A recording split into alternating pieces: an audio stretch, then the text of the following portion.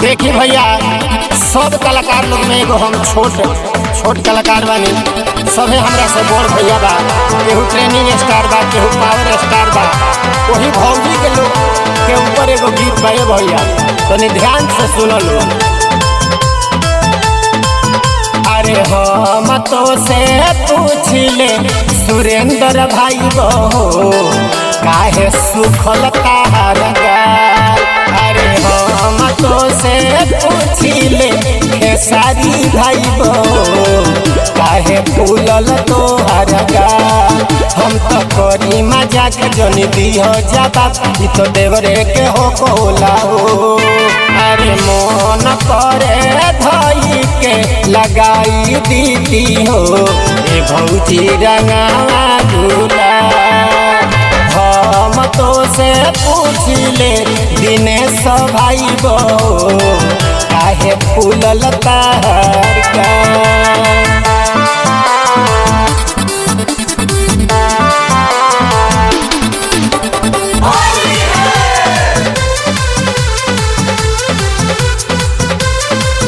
बल्कि रतिया में कवना बोतिया में, कुछ हंसी के कुछ डसी के, अरे भगुला जाई के।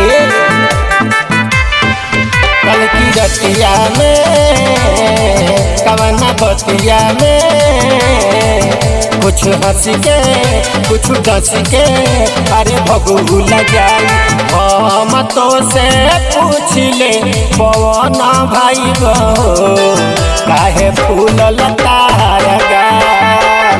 मोहन करे धई के लगाई दीती भौजी रंगावा दूला।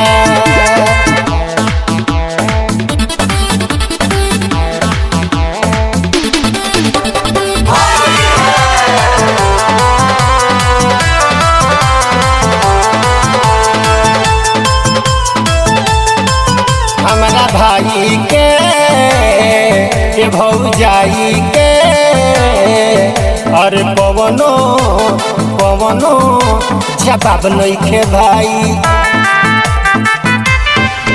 हमारा भाई के भौजाई के, अरे कवनो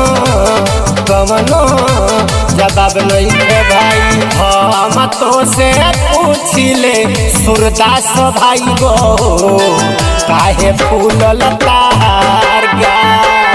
मन करे धई के लगाई दीती भौजी रंगावा।